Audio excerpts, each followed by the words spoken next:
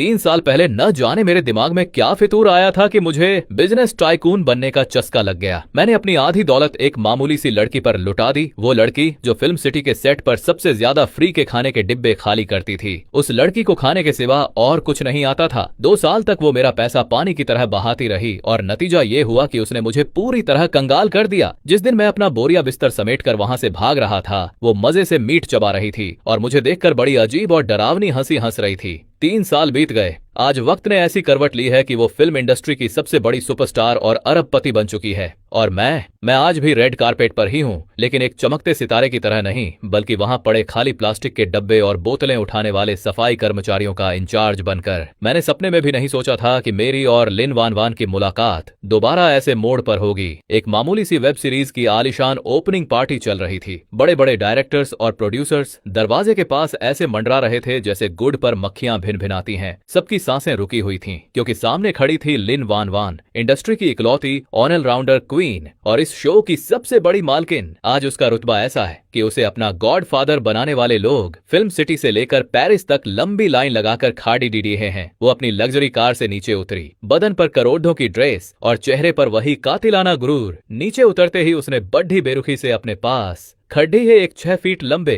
Muscular bodyguard जैसे आदमी का हाथ थाम लिया। वो सूट वाला हट्टा कट्टा आदमी उसे देखकर ऐसे मुस्कुरा रहा था जैसे उसे दुनिया की सबसे बड़ी दौलत मिल गई हो। मुझे याद है जब मैं और लिन वान वान साथ थे, उसने कभी खुद आगे बढ़कर मेरा हाथ नहीं थामा था। उस वक्त मुझे लगता था कि शायद मैं उसे उतना हैंडसम नहीं लगता जितना वो चाहती है, पर आज उसे देखकर समझ आया उसे मुंह जैसे सीधे साधे लोग नहीं, बल्कि लोहे जैसी बॉडी वाले मसल मैन पसंद हैं। हजारों कैमरों की फ्लैश लाइट्स ने उन दोनों को घेर लिया था। पूरी महफिल की रोशनी जैसे उन्हीं पर सिमट गई थी और मैं वहीं पास के एक अंधेरे कोने में खड्डा हाथ में कूदा उठाने वाला थैला पकड़े अपनी फटी किस्मत को देख रहा था। चारों तरफ कैमरों की फ्लैशलाइट्स ऐसे चमक रही थीं मानो बिजली गिर रही हो। पेपराजी पप्पाराजी पागल हो रहे थे। उनकी उंगलियां शटर बटन से हटने का नाम नहीं ले रही थीं और मैं उस भव्य हॉल के एक कोने में मेज के नीचे दुबका हुआ था। मेरे हाथ में एक प्लेट थी, वही जिसमें मैंने अभी अभी बोस्टन लॉबस्टर चुराया था। मैंने एक गहरी सांस ली और अपनी बॉडी को अंधेरे की परछाइयों में और सिकोड़ लिया। मन ही मन प्रार्थना कर रहा था, हे भगवान, बस ये कुड़ी गु नए मुझे देख न ले। आखिरकार डर तो था ही। 3 साल पहले जब मैं कंगाल होकर भाग रहा था तो जाते जाते मैंने उसकी खरीदी हुई मिर्च वाली 5 पैकेट लच्छेदार नमकीन स्पाइसी स्टिक्स भी चोरी कर ली थी। अगर उसने देख लिया तो मेरी तो खैर नहीं। तभी माइक लिए एक रिपोर्टर की आवाज गूंजी, लिन मैडम, क्या आप बता सकती हैं आपके बगल में खड़ा ये शख्स क्या ये आपके नए बॉयफ्रेंड हैं? रिपोर्टर की ये गपशप भरी आवाज भिड्ढ को चीरती हुई मुंह तक आई। मैंने कान खड्डे किए, पर उस वक्त झटके में लॉबस्टर का एक टुकड़ा मेरे दांतों के बीच फंस गया। तभी लिन वान वान रुकी, उसकी नजरें ठंडी थीं। अगले ही पल मेरी कमर के नीचे एक जोरदार लात पद्दी। कौन है वो बदतमीज जिसने गंदे पानी की बाल्टी मेज के नीचे रख दी है? उस 6 फुट लंबे सूट वाले अमसल मैन ने गुस्से में मेज की चादर खींच दी। बस फिर क्या था, मैं और मेरा वो आधा अधूरा लॉबस्टर दोनों लुढ़कते हुए सीधे लिन वान वान की ऊंची हाई हील्स के सामने जा गिरे। पूरे हॉल में जैसे सन्नाटा छा गया, सब पत्थर बन गए। वो एम्सल मैन भी हक्का बक्का रह गया और चिल्लाया, अरे ये भिखारी यहाँ कहाँ से टपक पड्ढा? मैंने धीरे से अपना सिर ऊपर उठाया और मेरी नजरें सीधे लिन वान वान की आंखों से जा टकराईं। उसकी आंखों में एक अजीब सी चमक थी, जैसे वो इसी पल का इंतजार कर रही हो। इससे पहले कि मैं कुछ बोल पाता, लिन वान वान ने उस तगड्डे आदमी के सिर के पीछे एक करारा थप्पड़ जदा और दहाड़ते हुए कहा, अंधा हो गया है क्या? अपनी आंखें खोल और देख, ये तेरे होने वाले जीजा जी हैं। चारों तरफ फिर से वही मौत जैसा सन्नाटा। रिपोर्टर्स के माइक उनके हाथों में ही जम गए। मेरे हाथ ऐसे कांप रहे थे जैसे मुझे करंट लग गया हो। मैं जमीन पर औंधा पड्ढा था और मेरे मुंह में अभी भी लॉबस्टर की वो लंबी सी मूंछ फंसी हुई थी। मेरा तो जैसे कलेजा ही मुंह को आ गया। आज की लिन वान वान के आसपास की हवा इतनी ठंडी और सख्त थी कि किसी को भी जमा दे, पर उसके मुंह से जो बात निकली वो किसी केमिकल वेपन से भी ज्यादा घातक थी। मैडम, लिन, एक रिपोर्टर हकलाते हुए बोला, आप मजाक कर रही है ना? ये तो कोई कबाड़ चुनने वाला लग रहा है। लिन वान वान ने अपनी एक भौं ऊपर उठाई। रिपोर्टर ने भी पागलों की तरह हाँ में सिर हिलाया। लिन वान वान मुस्कुराई, ऐसी मुस्कुराहट जिसमें थोड़ा नखरा था, थोड़ी बेरुखी और ढेर सारा एटीट्यूड। उसने बड़े आराम से कहा, मुझे कबाड़ इकट्ठा करने का ही शौक है। क्यों, क्या ये गैर कानूनी है? मेरा मन किया कि जमीन अभी फट जाए और मैं उसमें समा जाऊं। मुझे 100% यकीन हो गया कि एलडीएच की मुझसे बदला ले रही है। ये पक्का मुझसे उस बात का बदला ले रही है जब मैंने भागते वक्त इसकी लच्छेदार नमकीन चोरी की थी। वो 6 फुट का मस्कुलर लड़का जो अब तक शेर बन रहा था अचानक भीगी बिल्ली बन गया। उसने अपना सिर सहलाते हुए बड़ी मासूमियत से कहा, दीदी आपने तो कहा था कि आज आप मुझे किसी से मिलवाने डेटिंग लाई हैं। ये क्या हो रहा है? मेरे कान खड़े हो गए। ओ तेरी, तो ये हट्टा कट्टा जवान इसका बॉयफ्रेंड नहीं बल्कि इसका सगा कजन है। तभी रिपोर्टर्स ने फिर से शोर मचाना शुरू कर दिया। मैडम, अगर यही वो शख्स हैं जिन्हें आपने चुना है तो इनका और आपका रिश्ता आखिर है क्या? लिन वान वान की नजरें मुझ पर आकर टिक गईं। वो निगाहें इतनी तेज थीं कि मेरा सीना चीर दें। उसने चिल्लाकर कहा, रिश्ता रिश्ता ये है कि 3 साल पहले इस आदमी ने मेरा इस्तेमाल किया, मुझे धोखा दिया और मेरी सारी जमा पूंजी लेकर रफू चक्कर हो गया। इतना सुनना था कि कैमरों की फ्लैशलाइट्स पागलपन की हद तक चमकने लगीं। मुझे कल की हेडलाइन से साफ दिखने लगीं।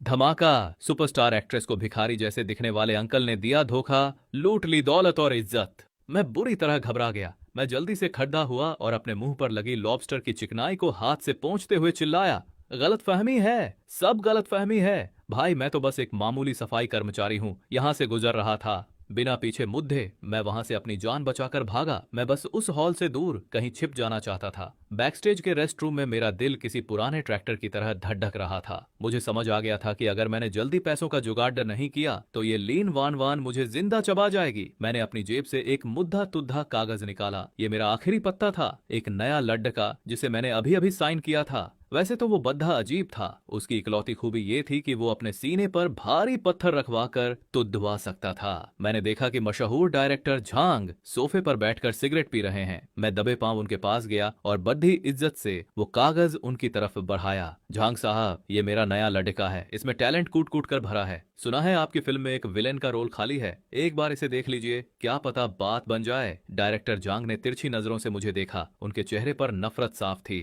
शू किंग, ओ शू किंग, तुम्हारी हालत इतनी खराब हो गई है कि अब ऐसे नमूनों को लेकर घूम रहे हो? मैंने गिड़गिड़ाते हुए कहा। साहब बस एक मौका दे दीजिए, पैसे नहीं चाहिए, बस इसे दोनों टाइम का खाना मिल जाए वही काफी है। झांग साहब मना करने के लिए हाथ उठाने ही वाले थे कि तभी पीछे से ऊंची हील्स, हाई हील्स के चलने की आवाज गूंजी। टिक टॉक टिक टॉक, पीछे से लीन वान वान की आवाज गूंजी। शू किंग, अब फिर से कौन सी ओछी हरकत कर रहे हो तुम? डायरेक्टर झांग झट से खड़े हो गए।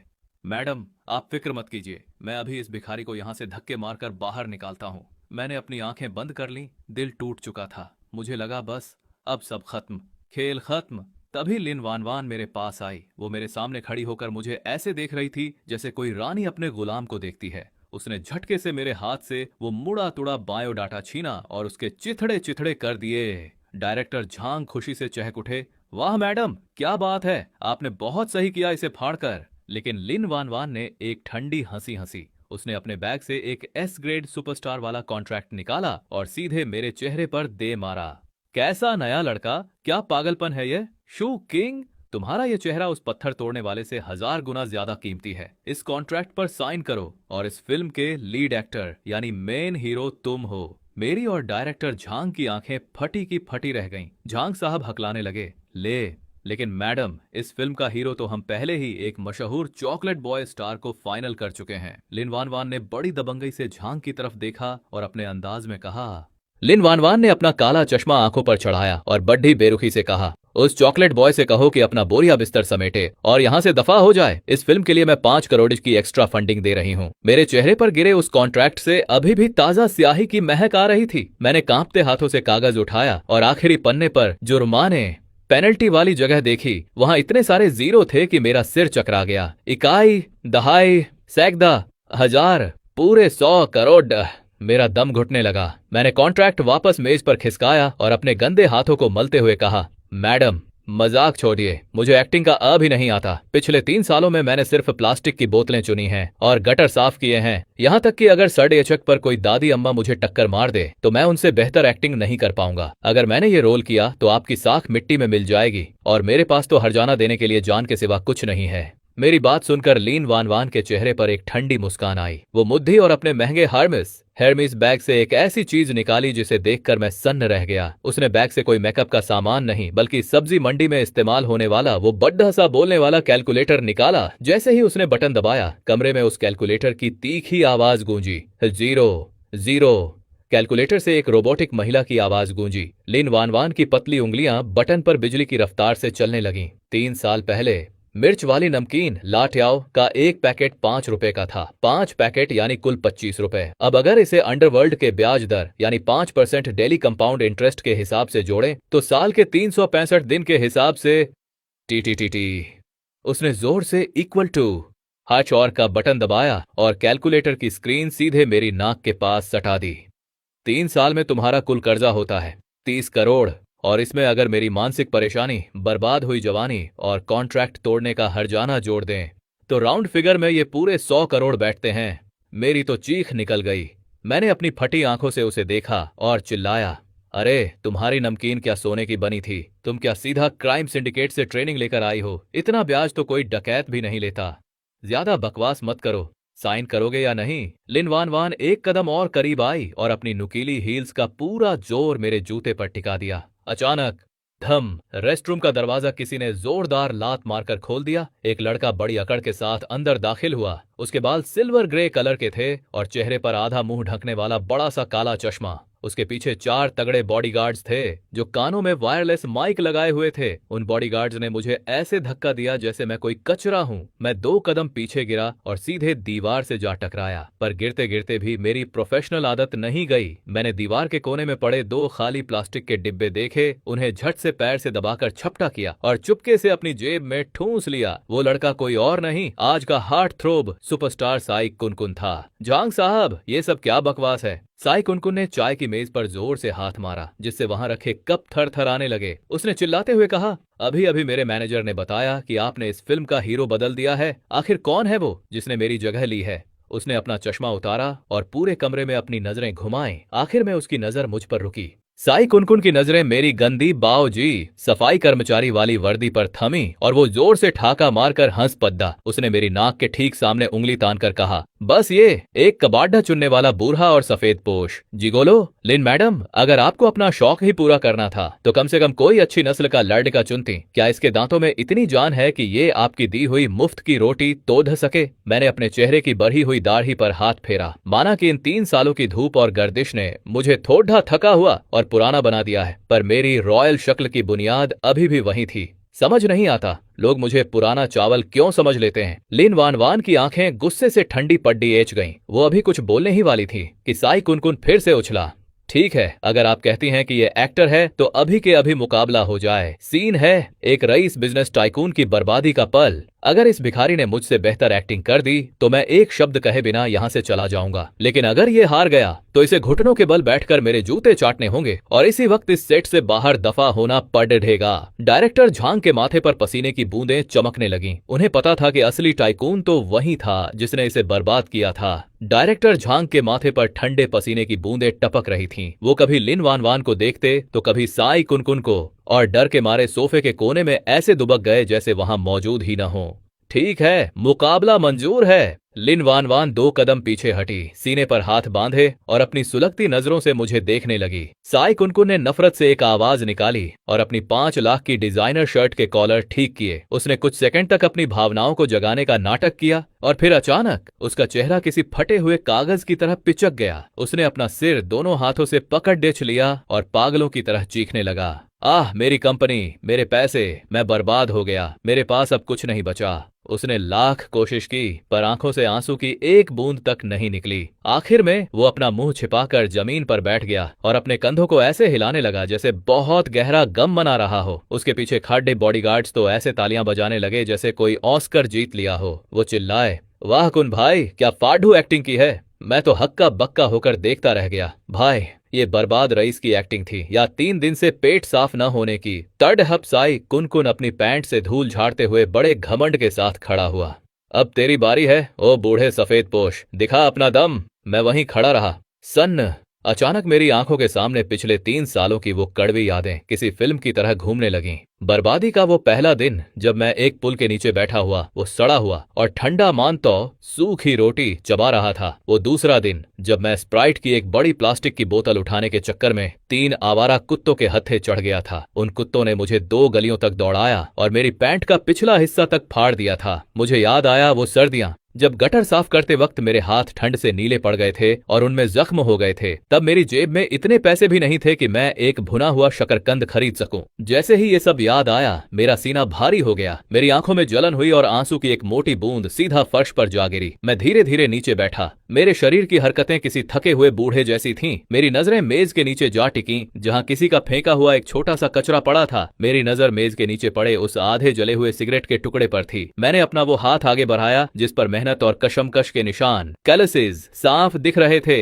कांपते हाथों से मैंने उस टुकड़े को उठाया, बड़ी हिफाजत से उसकी धूल फूंकी और उसे अपने सूखे होंठों के बीच दबा लिया। मेरी आंखों से आंसू बह रहे थे जो चेहरे की गर्द और धूल के साथ मिलकर एक गंदी लकीर बना रहे थे। मेरी आंखों में वो थकान थी जो मौत से भी ज्यादा गहरी होती है, ऐसी थकान जहां इंसान को मरने के लिए भी हिम्मत जुटानी पड़े। पूरे हॉल में सन्नाटा पसर गया, सब दंग थे। तभी डायरेक्टर झांग अपनी सीट से उछल पड़े। वो पागलों की तरह तालियां बजाने लगे। उनके हाथ लाल हो गए थे। लाजवाब, बहुत ही शानदार। ये तो एक्टिंग की सबसे ऊंची मिसाल है। ये बेबसी, ये आंखों की वीरानी। भाई, जिसे 10 साल की कंगाली का तजुर्बा ना हो वो ऐसी रूह कंपा देने वाली एक्टिंग कर ही नहीं सकता। ये मुकाबला नहीं था, ये तो सीधा सीधा कत्लेआम था। साई कुनकुन के पैरों तले जमीन खिसक गई। उसका चेहरा गुस्से और शर्म से लाल हो गया। वो हकलाते हुए चिल्लाया, ये धोखेबाजी है। तुमने एक्टिंग नहीं की, तुम तो सच में कंगाल हो। ये बेईमानी है। हार मान और अब दफा हो जा। लिन वान वान ने साई कुनकुन की तरफ देखा तक नहीं। उसने झपट कर मेरा दाहिना हाथ पकड़ा। मैंने अपनी मुट्ठी जोर से बंद कर रखी थी, लेकिन उसने अपनी पूरी ताकत लगाकर मेरी हथेली खोली और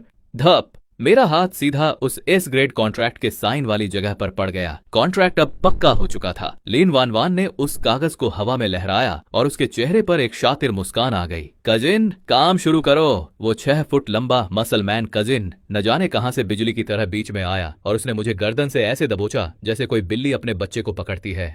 जीजा जी, हीरो हीरोइन के बीच की केमिस्ट्री बिठाने के लिए थोड़ा वक्त तो साथ गुजारना पड़ेगा, माफ कीजिएगा।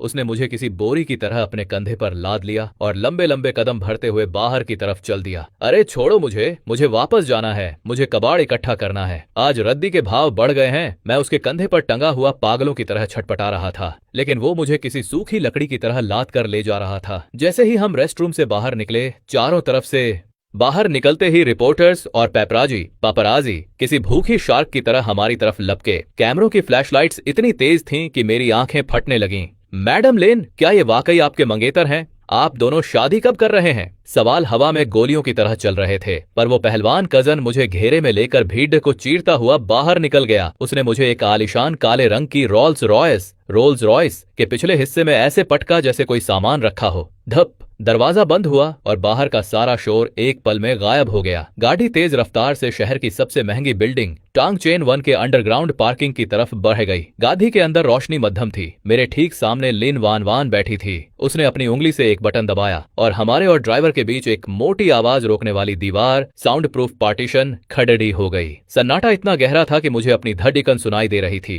तभी लिन वान वान ने अपनी गर्दन के पास हाथ लगाया और बड़े आराम से अपनी कीमती ड्रेस की जैसे ही पहली बटन खुली, उस कीमती ड्रेस का कपड़ा नीचे फिसला और उसकी दूध जैसी सफेद गर्दन और कंधे नजर आने लगे। वो धीरे से आगे बढ़ी और मुझे उस आलीशान लेदर सीट के कोने में दबा दिया। उसकी गर्म सांसें सीधे मेरी नाक से टकरा रही थीं। उसकी आवाज अब गहरी, मखमली और बेहद खतरनाक लग रही थी। अब हमें 3 साल पुराने उस हिसाब को चुकता करना होगा। कार के अंदर की हवा जैसे थम गई थी। लिन वान वान का चेहरा मेरे इतना करीब था कि मुझे अपनी धड़कनें सुनाई दे रही थीं। मैंने डर के मारे थूक गटका और खुद को सीट से बिल्कुल सटा लिया। मेरे दिमाग में 100 तरह के ख्याल आने लगे कि अब ये अमीर मालकिन मुझे अपनी उंगलियों पर नचाएगी और मेरा क्या होगा। मैंने डर और सरेंडर के मिले जुले भाव से अपनी आंखें बंद कर लीं और हार मानकर अपना मुंह, लिप्स आगे बढ़ा दिया।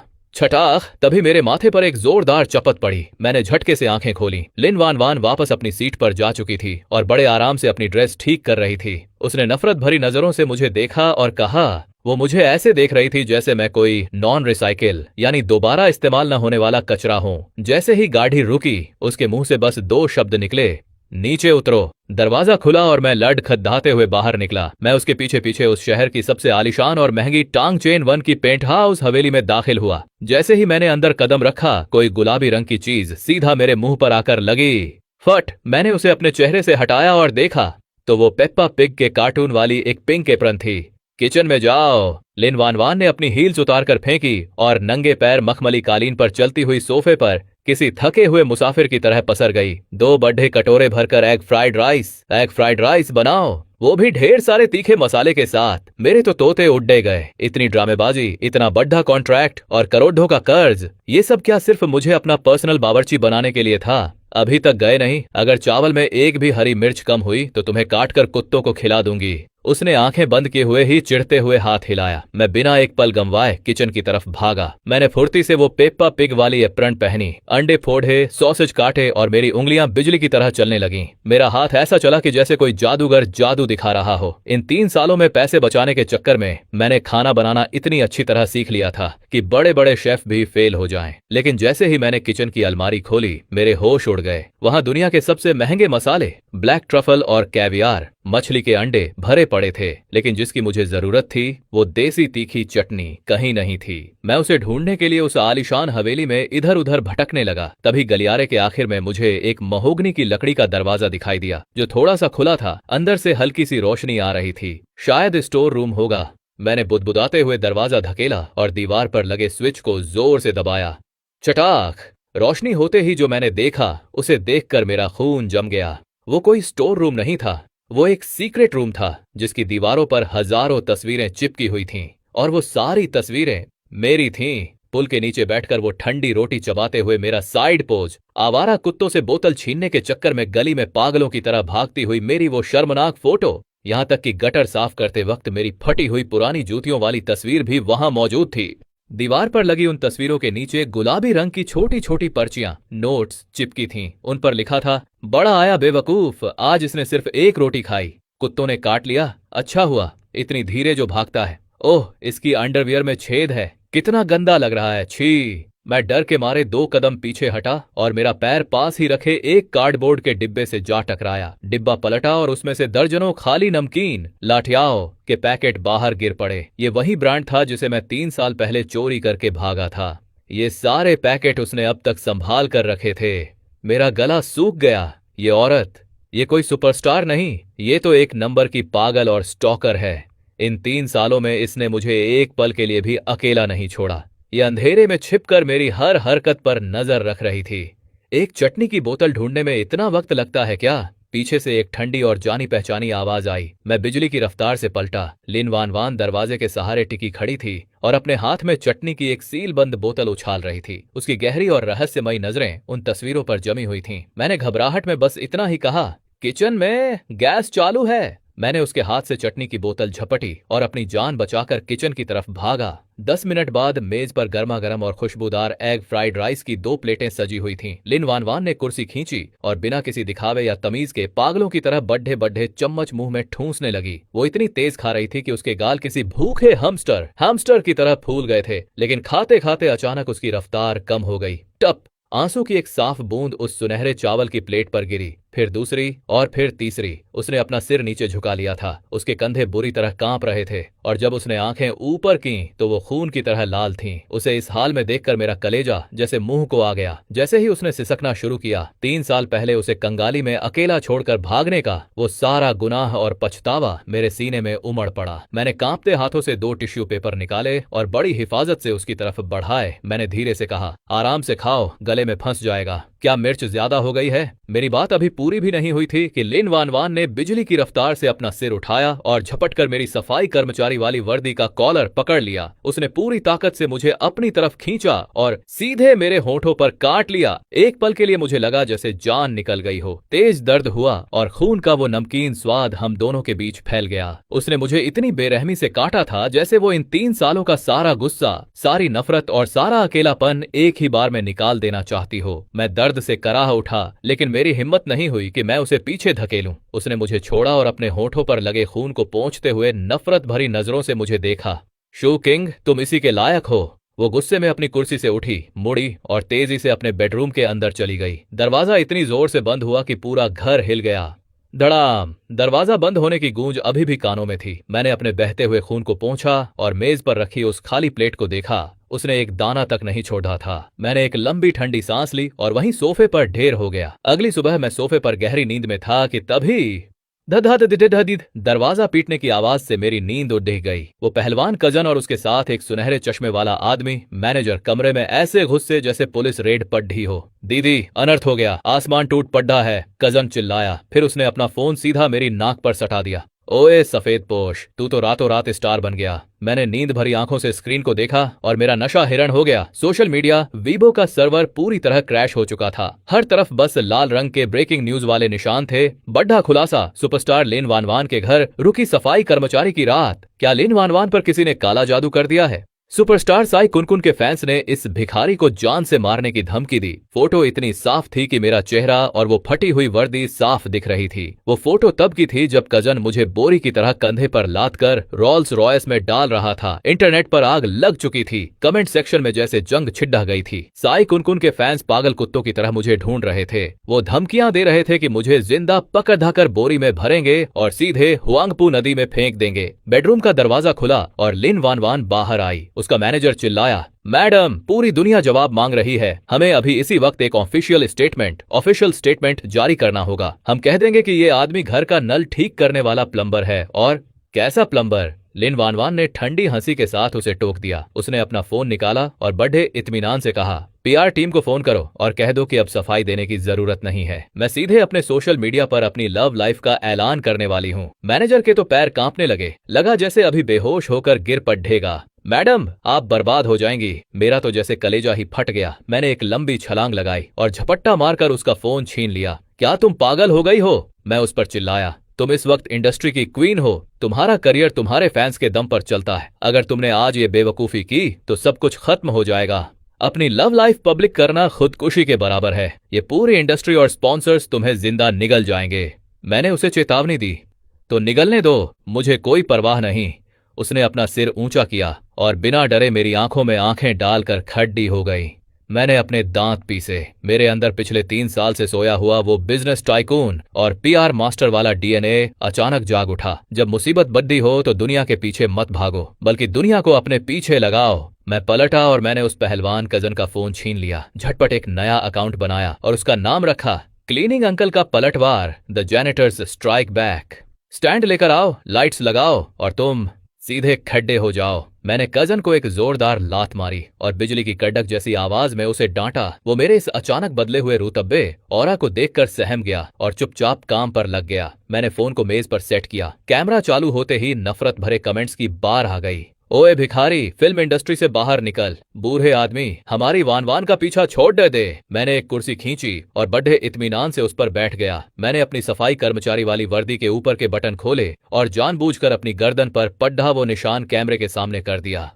दोस्तों, आगे बढ़ने से पहले मैं आपसे एक छोटी सी बात कहना चाहता हूँ। अगर आपको यह स्टोरी पसंद आई हो तो एक प्यारा सा कमेंट जरूर कर देना। और हाँ, कमेंट ऐसा करना जिसे देखकर बाकी लोग भी उसे लाइक करें। चाहे वो माय होम वाली स्टोरी हो, माय स्कूल वाली या कोई और। जिस भी कमेंट पर सबसे ज्यादा लाइक्स होंगे, मैं अगली बार उसी स्टोरी को पूरे विस्तार से एक्सप्लेन करूंगा। तो बस ज्यादा से ज्यादा लाइक्स और कमेंट्स का टारगेट रखते हैं। इसके साथ ही अगर आप चैनल पर नए हैं और अभी तक सब्सक्राइब नहीं किया तो तुरंत सब्सक्राइब बटन दबा दें। और जो लोग मेरे दूसरे चैनल पर अभी तक नहीं गए हैं, वहां जाकर जरूर विजिट करें। वहां भी एक से बढ़कर एक स्टोरीज आपका इंतजार कर रही हैं। चलिए अब बिना देर किए वापस चलते हैं अपनी कहानी की ओर। कैमरे के सामने मेरी गर्दन पर जमी धूल और कल रात का वो निशान साफ दिख रहा था। मैंने कैमरे की तरफ देखकर अपनी भौहें चढ़ाईं और बड़े ही दबंग अंदाज में कहा, गालियां देनी है और दो, जी भर के दो, लेकिन एक बात कान खोलकर सुन लो। जिस बर्बाद रईस के रोल में तुम्हारा ये चॉकलेट बॉय साई कुनकुन फेल हो गया, वो रोल मैं कर रहा हूँ। जिस एस ग्रेड स्क्रिप्ट को पाने के लिए लोग तरसते हैं, वो आज मेरी जेब में है। लिन वान वान की नई फिल्म बर्बाद टाइकून बना मेरा चपरासी और उसका मेन हीरो मैं हूँ। एक सेकंड के लिए कमेंट्स रुक गए, जैसे पूरा इंटरनेट सदमे में हो। और फिर जैसे तूफान आ गया, गालियों की जगह सवालों की बाढ़ आ गई। मैंने मेज पर हाथ मारा और कहा, इसे कहते हैं इमर्सिव कास्टिंग। इमर्सिव कास्टिंग, समझ आया? रोल को महसूस करने के लिए कचरा तक उठाना पड़ता है। मैंने कल रात की वो आधी बची हुई फ्राइड राइस की प्लेट उठाई और कैमरे के सामने ही बड़े मजे से खाते हुए बोला, पूरे इंटरनेट पर सिर्फ यहाँ मिलेगा असली सच। एक सफाई कर्मचारी कैसे बना सुपरस्टार का हीरो। अगर देखना चाहते हो कि मैंने लिन वान वान को कैसे अपने जाल में फंसाया तो अभी सब्सक्राइब करो। नया ड्रामा शुरू होते ही लोगों की भीड़ पागल हो गई। लाइव स्ट्रीमिंग में जुड़ने वालों की गिनती किसी रॉकेट की तरह ऊपर भागने लगी। बस 50 लाख, 80 लाख और देखते ही देखते 1 करोड़ लोग लाइव आ गए। जिस बवाल ने मेरा करियर खत्म करना था उसी को मैंने एक ऐसी मार्केटिंग बना दिया जिसकी मिसाल फिल्म इंडस्ट्री में कभी नहीं दी गई। हमारा पीआर डायरेक्टर बगल में खड्डा ये सब देख रहा था। उसकी आंखें फटी की फटी रह गईं और मुंह इतना खुला कि उसमें पूरा का पूरा अंडा समा जाए। तभी अचानक स्क्रीन पर ऐसी सुनहरी चमक बिखरी कि सबकी आंखें चौंधिया गईं।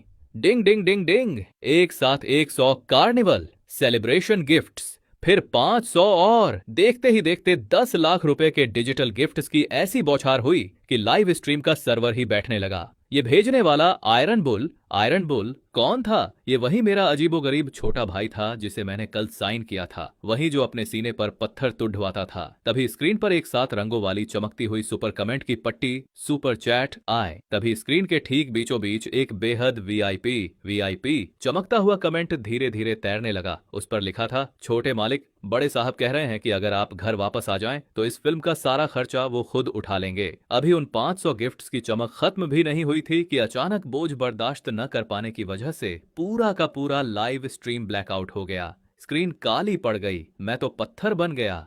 छोटे मालिक, मैंने कमेंट की उन बड़ी बड़ी लाइनों को देखा और मेरे मुंह में भरा हुआ एग फ्राइड राइस हलक में ही फंस गया। अगर मैं संभालता नहीं तो सब बाहर आ जाता। कजिन तो जैसे पागल ही हो गया। उसने मेरी शर्ट का कॉलर पकड़कर मुझे बुरी तरह झकझोरना शुरू कर दिया। जीजा जी, ये आयरन बुल कौन है और ये बड़े साहब कौन है? आपने मेरी दीदी से कितनी काली कमाई और कितनी प्रॉपर्टी छिपा रखी है? सच सच बताओ। मैंने झटके से उसका हाथ हटाया और अपनी जेब से वो पुराना टूटा फूटा एंड्रॉयड फोन निकाला जिसकी स्क्रीन पर मकड़ी के जाले की तरह दरारें थीं। मैंने कांपती उंगलियों से अपने उस अजीबोगरीब पत्थर तोड़ने वाले चेले को फोन लगाया। कौन है तेरा बाप? मैंने बिना किसी भूमिका के सीधे फोन पर चिल्लाकर पूछा। फोन की दूसरी तरफ से लौह पुरुष आयरन बुल की वही भोली लेकिन दमदार आवाज आई। बड़े भाई, अब मैं और सच नहीं छिपा सकता। मैं जमीन पर आ ही गया हूं तो सब बता देता हूं।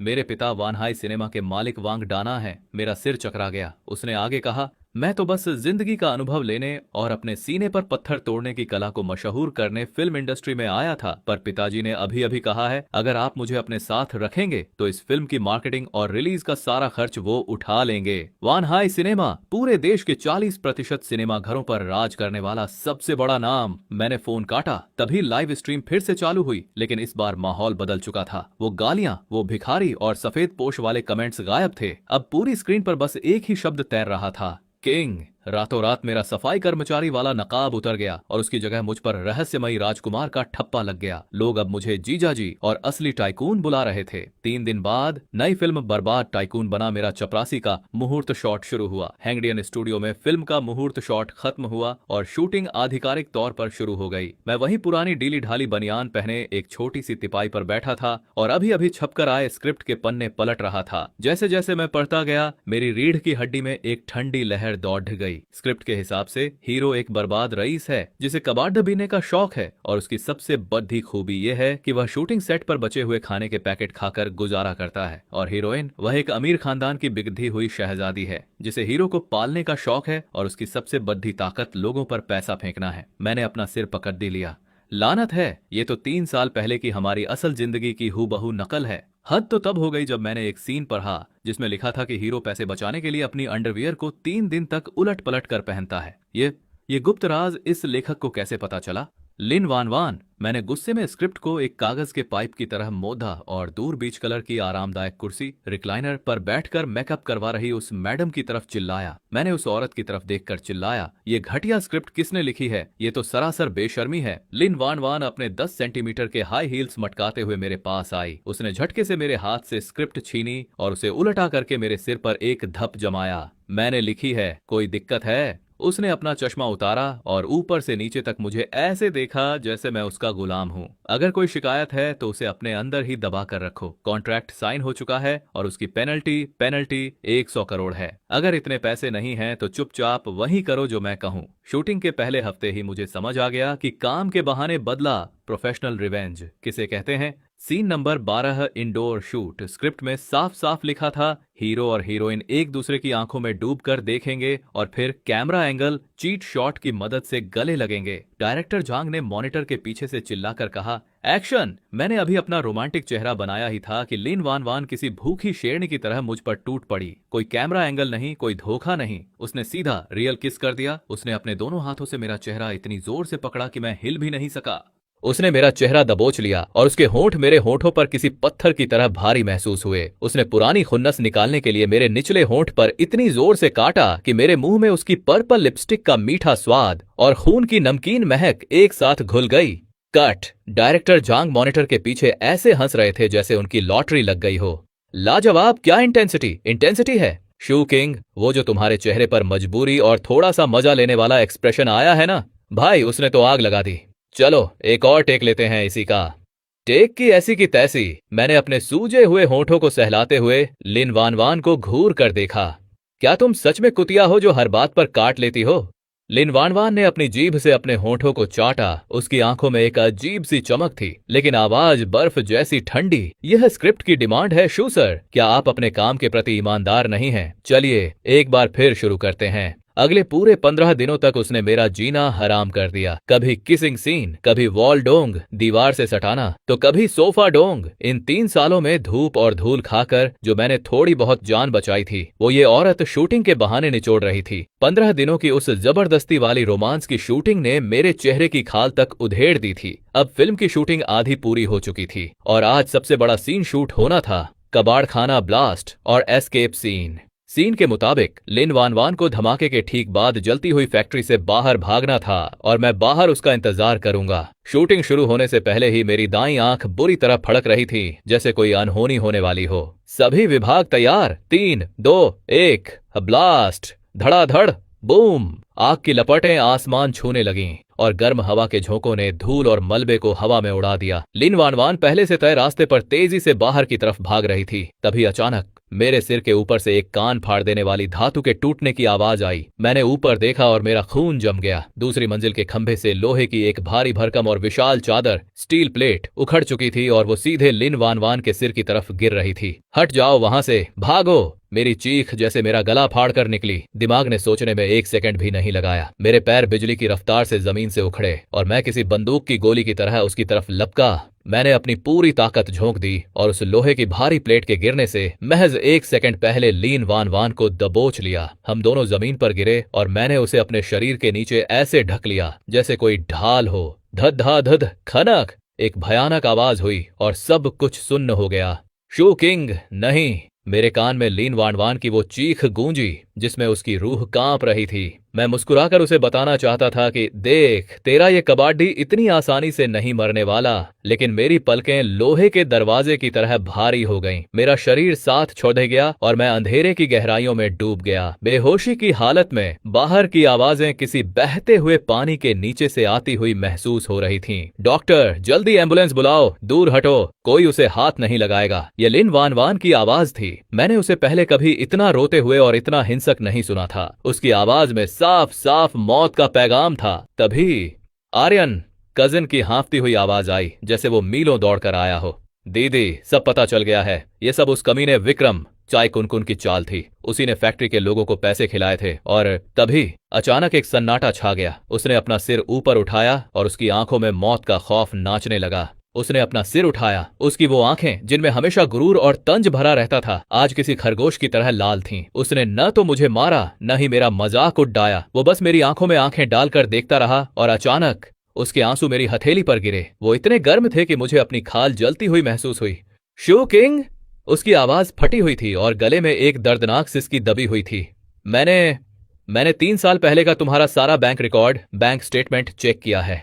मेरा दिल जैसे धड़कना भूल गया। मेरी सांसें वहीं की वहीं थम गईं। उसने मेरी अस्पताल वाली वर्दी का कॉलर अपनी मुट्ठी में भींच लिया। उसकी आंखों से आंसुओं का सैलाब बह निकला। तुम बर्बाद इसलिए नहीं हुए थे कि मैं बहुत ज्यादा खाती थी। तुम इसलिए बर्बाद हुए क्योंकि तुमने मेरा कॉन्ट्रैक्ट खत्म करने के लिए अपना सब कुछ बेच दिया था, है ना? उस काली करतूत वाली कंपनी की पेनल्टी आसमानी थी। और अगर तुम अपना घर बार नहीं बेचते तो मैं कभी आजाद नहीं हो पाती। मैंने अपना वो हाथ उठाया जिस पर ड्रिप नहीं लगी थी और बड़े प्यार से उसके गालों से वो आंसू पोंछे।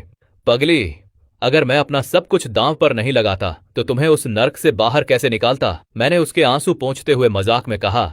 और वैसे भी तुम उस वक्त दिन में 8-8 बार खाने के पैकेट मंगवाती थी। अगर कंपनी के चक्कर में बर्बाद न भी होता तो तुम्हारी भूख मुझे कंगाल कर ही देती। बकवास बंद करो, लिन वान वान चिल्लाई और अचानक मेरे सीने से लग गई। उसके नन्हे मुक्के बारिश की बूंदों की तरह मेरे सीने पर बरसने लगे। मुझे जोर का दर्द हो रहा था, लेकिन मैंने दांत पीस लिए और एक उफ तक नहीं की। तुम दुनिया के सबसे बड़े बेवकूफ हो। वो बुरी तरह रो रही थी। उसकी नाक और आंसू मेरी साफ सुथरी अस्पताल वाली वर्दी को भिगो रहे थे। तुम्हें क्या लगता है मुझे सच में वो सस्ती नमकीन इतनी पसंद थी? मैं तो बस तुम्हें देखना चाहती थी। उसने मेरी गर्दन को अपनी बाहों में कस लिया, जैसे अब वो मुझे कभी जाने नहीं देगी। मैंने इन 3 सालों में पागलों की तरह काम किया, दिन रात एक कर दिया और खुद को इस इंडस्ट्री के टॉप पर पहुंचाया, सिर्फ इसलिए ताकि मैं इतनी अमीर बन सकूं कि तुम्हारा सारा कर्ज ब्याज समेत तुम्हारे मुंह पर मार सकूं। मैं तुम्हें 3 साल से ढूंढ रही थी, पर तुम इतने जिद्दी निकले कि गटर साफ करना मंजूर किया, लेकिन मेरे पास वापस नहीं आए। मेरा दिल जैसे पिघल कर रह गया। मैंने उसे कसकर पकड़ लिया। अब कोई कॉन्ट्रैक्ट नहीं था, कोई बदला नहीं था, बस हम दोनों थे। मेरा सीना जज्बातों से भर गया। मैंने उसे और भी मजबूती से अपनी बाहों में भींच लिया। तो अब कर दो ना हिसाब बराबर। 100 करोड़ की पेनल्टी है ना? अब वो सारा पैसा मेरे मुंह पर मार दो। मैं तो पहले ही हार चुका हूं। मैंने अपना सिर झुकाया और उसके कान के पास जाकर धीरे से फुसफुसाया। बॉस, क्या आपको बिस्तर गर्म करने के लिए किसी की जरूरत है? लिन वान वान ने अपना सिर उठाया। उसका चेहरा आंसुओं से भीगा था, लेकिन उसकी आंखों में वही शिकारी वाली चमक थी। उसने मेरी अस्पताल वाली वर्दी का कॉलर पकड़ा और पागलों की तरह मेरे होठों को चूम लिया। इस बार न कोई कैमरा था, न कोई स्क्रिप्ट और न ही कोई डायरेक्टर। इस बार सिर्फ आंसुओं का नमकीन स्वाद था और एक दूसरे को फिर से पा लेने का वो पागलपन। मैंने भी उसे अपनी बाहों में झकदा और इस पल को हमेशा के लिए अपना बना लिया। तभी धद्दा धद्दा, वही पहलवान कजन ने वार्ड का दरवाजा लात मारकर खोला। दीदी, जीजाजी, अनर्थ हो गया, आसमान टूट पड़ा है। वो अपना फोन हवा में लहराते हुए अंदर घुसा और उसके पीछे पसीने से तरबतर फिल्म का डायरेक्टर झांग खड्डा था। कजन चिल्लाया, वो कमीना साई कुनकुन, पुलिस उसे ले गई है और उसका पूरा करियर मिट्टी में मिल गया है। जैसे ही कजन और डायरेक्टर झांग अंदर घुसे, लिन वान वान बिजली की फुर्ती से मुझसे अलग हुई। उसने गुस्से में तकिया उठाया और कजन के मुंह पर दे मारा। दफा हो जाओ यहाँ से, दरवाजा खटखटाना नहीं आता क्या? डायरेक्टर झांग को तो तकिए की परवाह भी नहीं थी। वो अपने पेट पर हाथ फेरते हुए बुरी तरह हाँफ रहे थे। मैडम शूकिंग, अनर्थ हो गया। साई कुनकुन के पीछे जो असली मास्टरमाइंड है उसने अपनी चाल चल दी है। झांग के चेहरे पर हवाइयां उड़ डेच रही थीं। उसने बाकी तीनों बड़े इन्वेस्टर्स को अपने साथ मिला लिया है। वे सब फिल्म से अपना पैसा वापस खींच रहे हैं। उनका इरादा सिर्फ फिल्म रोकना नहीं है, बल्कि उन्होंने तीनों बड़े OTT प्लेटफॉर्म्स के साथ मिलकर आप दोनों को पूरी इंडस्ट्री से ब्लैकलिस्ट करने का फरमान जारी कर दिया है। लिन वान वान ने ठंडी हंसी हंसते हुए अपने होठों की लिपस्टिक पोंछी। मुझे बैन करेगा? उसकी इतनी हिम्मत? मैडम, इस बार बात अलग है। झांग लगभग रोने ही वाले थे। उसने कसम खाई है कि वो शू किंग को वापस सड़कों पर कचरा बीनने के लिए मजबूर कर देगा। यहाँ तक कि हैंगडियन स्टूडियो के गेट भी आप दोनों के लिए हमेशा के लिए बंद कर दिए गए हैं। डायरेक्टर की बातें सुनकर मैं अस्पताल के बिस्तर पर लेटे लेटे बस अपना सिर हिलाता रहा। यह मई बॉस मई लगता है अपनी मौत का सामान खुद तैयार कर रहा है। उसे अंदाजा भी नहीं है कि उसने किस शेर की पूंछ पर पैर रख दिया है। मैंने एक झटके में अपने हाथ से ड्रिप की सुई खींच ली। खून की कुछ बूंदें बाहर निकल आईं। क्या तुम पागल हो गए हो? लिन वान वान चिल्लाई और घबराकर मेरा हाथ दबाने लगी। मैंने उसे देखकर एक शरारती मुस्कान दी और कहा, अरे कुछ नहीं, बस थोड़ा स्वैग दिखाना जरूरी था। मैंने अपने तकिए के नीचे हाथ डाला और वही पुराना मकधी के जाले की तरह टूटी हुई स्क्रीन वाला सस्ता एंड्रॉयड फोन बाहर निकाला। मैंने सीधे आयरन बुल लौह पुरुष का नंबर लगाया। हेलो चिन भाई, आप जिंदा हो? फोन के उस पार से आयरन बुल की वही भारी और भोली आवाज आई। मैंने फोन को स्पीकर पर डाला और ठंडे लहजे में कहा, आयरन बुल, अपने बाप वांगडाना को फोन लगा और बोल, कि मेई बॉस नाम का कोई कीड़ा बाजार में बहुत फुदक रहा है। उसे कहो कि अगले आधे घंटे के अंदर मेई की सारी कंपनियों के शेयर जमीन पर गिर जाने चाहिए और फिल्म इंडस्ट्री में उसका नामो निशान तक नहीं बचना चाहिए। आयरन बुल की आवाज इतनी तेज थी कि फोन का स्पीकर फटने लगा। मैंने बड़े आराम से, जैसे किसी पुरानी बात का जिक्र कर रहा हूँ, उससे कहा, सुन, मैं बस वापस अपना कबाड़ बीनने वाला पुराना काम शुरू करने ही वाला था। अपने डैड से कह दो कि कोई मेरी थाली छीनने की कोशिश कर रहा है। फिल्म का पैसा रुक गया है। फोन के दूसरी तरफ 2 सेकंड के लिए सन्नाटा छा गया और फिर चीन के सबसे बड़े सिनेमा मालिक वांग डाना की दहाड़ सुनाई दी, जो शायद आयरन बुल के पास ही खड़े थे। कौन है वो अंधा जिसकी इतनी हिम्मत की वांग डाना के आदमी पर हाथ डाले? वांग डाना का गुस्सा फोन से बाहर निकलता महसूस हो रहा था। शू किंग भाई, आप बेफिक्र रहिए, पैसे की कमी, मेरे पर्सनल अकाउंट से अभी के अभी जरूरत से ज्यादा पैसा ट्रांसफर हो जाएगा। और रही बात उस मेई बॉस की, आज मैं उसे ऐसा गायब करूंगा कि इतिहास में भी उसका नाम नहीं मिलेगा। कद्दक, फोन कट गया। अभी आधा घंटा भी नहीं बीता था कि अस्पताल के कमरे का माहौल पूरी तरह बदल गया। डायरेक्टर जांग, जो अभी तक रो रहे थे, उनके फोन पर नोटिफिकेशंस की जाढ़ी लग गई। ओह, तभी अचानक उसका फोन पागलों की तरह बजने लगा। उसने कांपते हाथों से कॉल रिसीव किया। जैसे जैसे वो सुनता गया, उसकी आंखें फटी की फटी रह गईं, यहां तक कि उसके हाथ से फोन छूटने ही वाला था। खुशू शू चिंग, अभी अभी खबर आई है, किंग ग्रुप के मालिक ने हमारी कंपनी में पूरे 1000 करोड़ का इन्वेस्टमेंट कर दिया है। और इतना ही नहीं, वान हाई सिनेमा ने नोटिस जारी किया है कि वो मे साहब की हर फिल्म को हमेशा के लिए बैन कर रहे हैं। उसकी आवाज कांप रही थी। मे साहब का सारा धंधा चौपट हो गया। वो पूरी तरह बर्बाद हो गए हैं। अभी उसकी बात खत्म भी नहीं हुई थी कि अस्पताल के गलियारे से किसी जानवर के रोने जैसी चीखें सुनाई देने लगीं। कजिन भाई ने दरवाजे से बाहर झांका और खिलखिलाकर हंसा। जीजू, बाहर देखिए तो सही, ये विक्रम, चाय कुनकुन और वो गंजा बुढ़ा मे साहब बाहर गलियारे में घुटनों के बल बैठे हैं। गार्ड्स उन्हें घसीट रहे हैं, पर वो हटने को तैयार ही नहीं है। बस रोए जा रहे हैं और आपसे माफी की भीख मांग रहे हैं। मैंने चादर हटाते हुए कहा, मुझे सहारा देकर उठाओ। मानवी, लिन वानवान ने मुझे संभाला और हम धीरे धीरे वार्ड के दरवाजे तक आए। सामने का नजारा देखने लायक था। वो दोनों जमीन पर नाक रगड़ रहे थे। उनके चेहरे आंसू और नाक से सने हुए थे। वो दोनों गिड़गिड़ा रहे थे। आंखों से आंसू और नाक से पानी बह रहा था। मुझसे बहुत बड़ी गलती हो गई। आप बड़े दिल वाले हैं, मुझे एक कीड़ा समझकर छोड़ दीजिए। मे साहब फर्श पर अपना सिर पटक पटक कर भीख मांग रहे थे। वहीं विक्रम, चाय कुनकुन, तो घुटनों के बल रेंगता हुआ आया और मेरे पैर पकड़ने की कोशिश करने लगा। भैया, मेरे सगे भाई, मैं आपके जूते तक चाटने को तैयार हूँ। आप बस मुझे फिल्म में वापस ले लो। मुझे कोई छोटा मोटा कसाई या नौकर का रोल ही दे दो, पर प्लीज मुझे निकालो मत। मैंने घृणा से अपना पैर पीछे खींच लिया और ठंडी नजरों से उन्हें देखा। शहर के उस कोने में जो कबाड़ खाना है ना, वहां रद्दी 8 रुपए किलो बिकती है और प्लास्टिक की बोतलें 1 रुपए की एक। मैंने अस्पताल के गेट की तरफ इशारा करते हुए कहा, अभी निकल जाओ, वरना रात बिताने के लिए किसी पुल के नीचे की जगह भी नहीं मिलेगी। दफा हो जाओ यहां से। इशारा पाते ही गार्ड्स उन पर टूट पड़े और उन्हें किसी मरे हुए कुत्ते की तरह घसीटते हुए बाहर निकाल दिया। वक्त तेजी से बीता। मुश्किलें खत्म हुईं और हमारी नई फिल्म का आखिरी सीन भी शूट हो गया। हर तरफ कामयाबी का शोर था। हमारी फिल्म को हर जगह ग्रीन सिग्नल मिल चुका था और आज उसकी पहली स्ट्रीमिंग थी। रात का वक्त था। आर्यन टैंग चेन के आलिशान पेंट हाउस के लिविंग रूम में सन्नाटा था। सामने की विशाल स्क्रीन पर हमारे ड्रामे का पहला एपिसोड चल रहा था, बर्बाद शहजादा और उसकी हमसफर। मैं आराम से लेदर सोफे पर बैठा गर्मा गर्म फ्राइड राइस का मजा ले रहा था। तभी हवा में एक मदहोश कर देने वाली खुशबू घुली। मानवी, लिन वानवान, रेशमी लाल रंग की नाइट ड्रेस पहने दबे पांव मेरी तरफ बढ़ रही थी। उसने एक कातिलाना अदा के साथ सीधे मेरी गोद में जगह बना ली। अब स्क्रीन पर क्या चल रहा था मुझे कुछ नहीं दिख रहा था। उसकी ड्रेस का गला थोड़ा ढीला था और उसकी नजदीकी मेरी धड़कनें बढ़ा रही थीं। उसने अपनी उंगलियों से धीरे से मेरी ठोड़ी को ऊपर उठाया। उसकी गर्म सांसें मेरे चेहरे से टकरा रही थीं। मिस्टर खुशू, उसकी आवाज में एक अजीब सा नशा और खिंचाव था। अगर यह शो सुपरहिट हो गया तो अपनी इस हीरोइन को इनाम में क्या देने का इरादा है? जिस पल वो मेरी गोद में आकर बैठी, मेरा दिमाग जैसे सुन्न हो गया।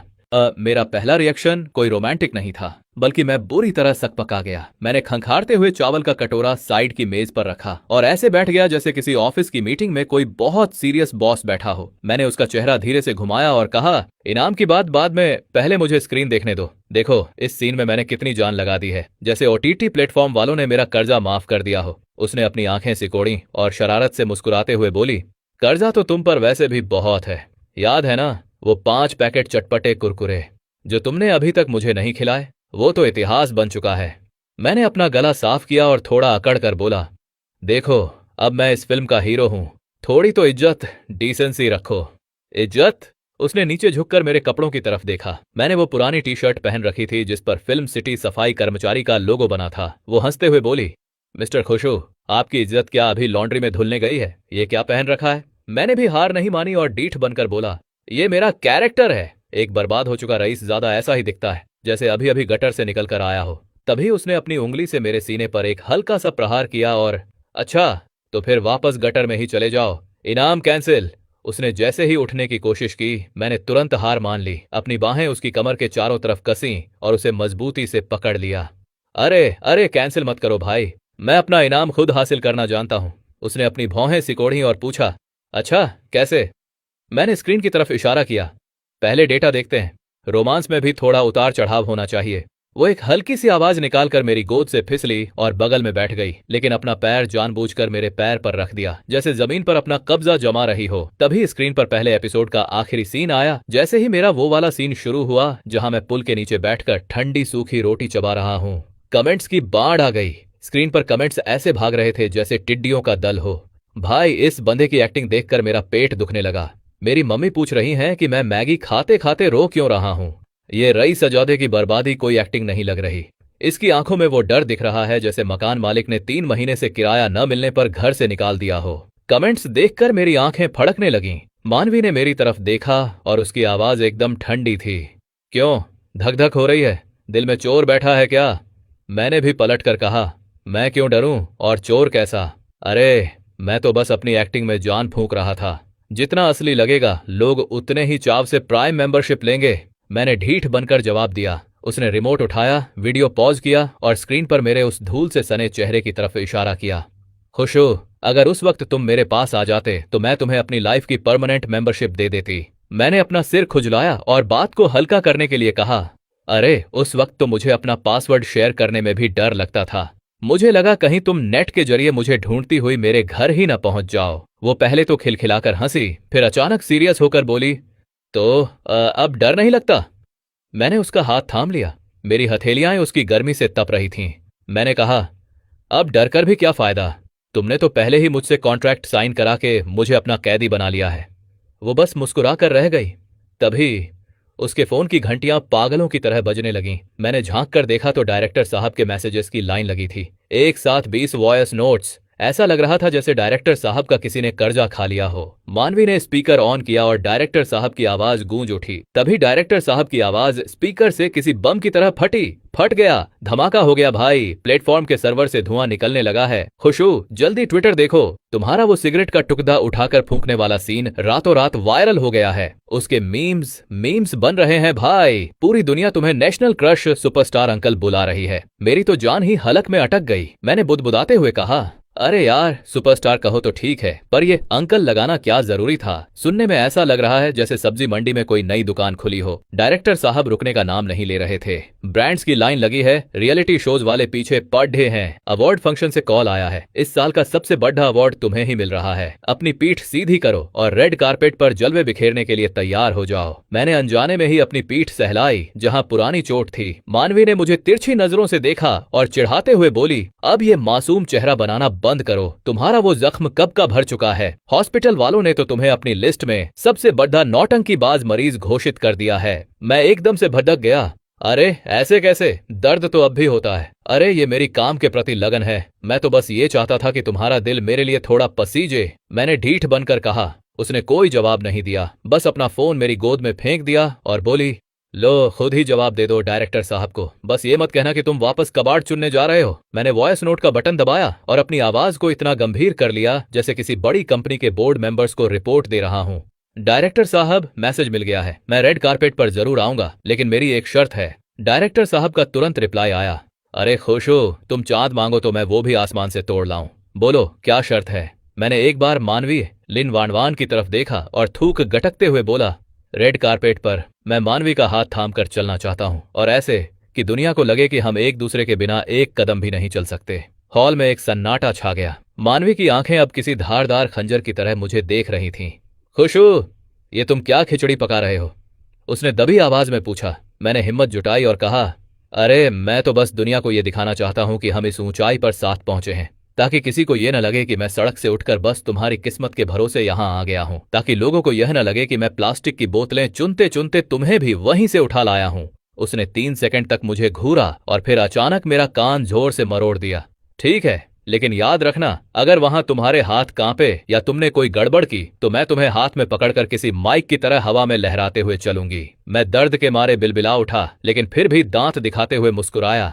अरे जरा प्यार से पेश आओ, अब मैं पूरे देश का क्रश हूँ। मेरा चेहरा कैमरे पर चमकना चाहिए। आखिरकार अवार्ड्स की रात आ ही गई। अपनी जिंदगी में पहली बार मैंने वो चमचमाता हुआ सूट पहना था। स्टाइलिंग करने वाला लड़का मेरे चारों तरफ 10 चक्कर ऐसे काट रहा था जैसे किसी पुराने खटारा ट्रैक्टर की मरम्मत कर रहा हो। वो अपना दिल पकड़कर बोला, खुश हूँ सर, आपके चेहरे पर तो जरूरत से ज्यादा ही सादगी झलक रही है। हमें इस आम आदमी वाली झलक को मेकअप के नीचे छिपाना होगा। मैंने तंज कसते हुए कहा, अरे रहने दो भाई, छिपाओ मत। दर्शकों को मेरा यही चेहरा पसंद है, ऐसा चेहरा जिसे जिंदगी ने कूट कूट कर बनाया हो। उसने मेरी एक न सुनी और मेरे बालों पर इतना हेयर स्प्रे छिड़क दिया कि मेरा सिर सुन्न हो गया। मुझे ऐसा लगा जैसे किसी ने मेरे पूरे सिर को फेविकोल से सील कर दिया हो। रेड कारपेट का नजारा किसी जलते हुए अंगारे जैसा था। लाइटें ऐसी चमक रही थीं कि पैर के नीचे बिछी कालीन किसी हॉट रेड हॉट पॉट की तरह आंखों में चुभ रही थी। तभी दूर से एंकर की आवाज गूंजी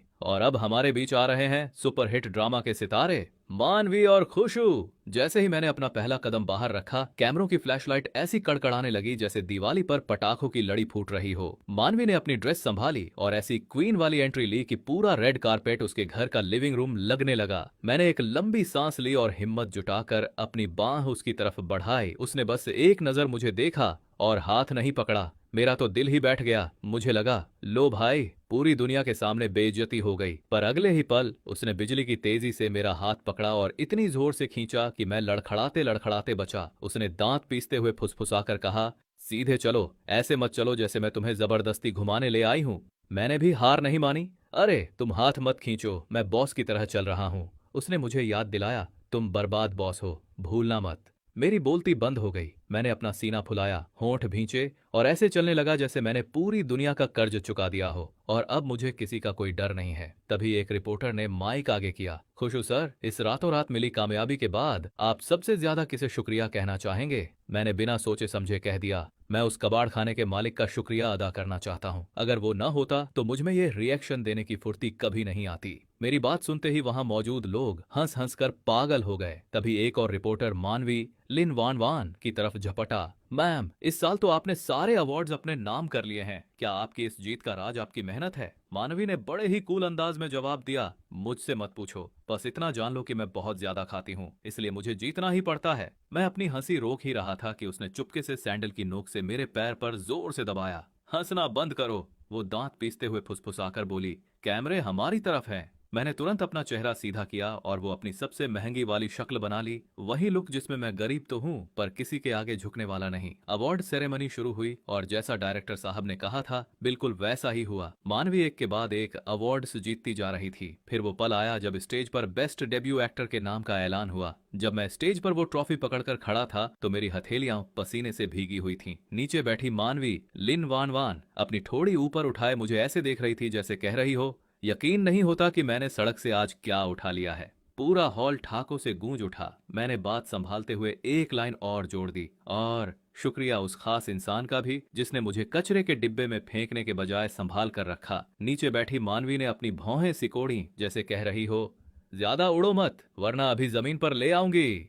मैंने तुरंत झुककर सलाम किया और स्टेज से ऐसे नीचे भागा जैसे अपनी ट्रॉफी नहीं बल्कि राशन की बोरी बचाकर भाग रहा हूँ। अभी फंक्शन आधा ही हुआ था और होस्ट माहौल बनाने की कोशिश कर रहा था कि तभी अचानक पूरे हॉल की लाइटें किसी बिजली के झटके की तरह चमकीं और बुझ गईं। सामने की विशाल स्क्रीन कड़क की आवाज के साथ काली पड़ गई। होस्ट का चेहरा डर के मारे सफेद हो गया। देखिए देवियों और सज्जनों, शायद मशीनों में कुछ खराबी आई है। उसकी आवाज कांप रही थी।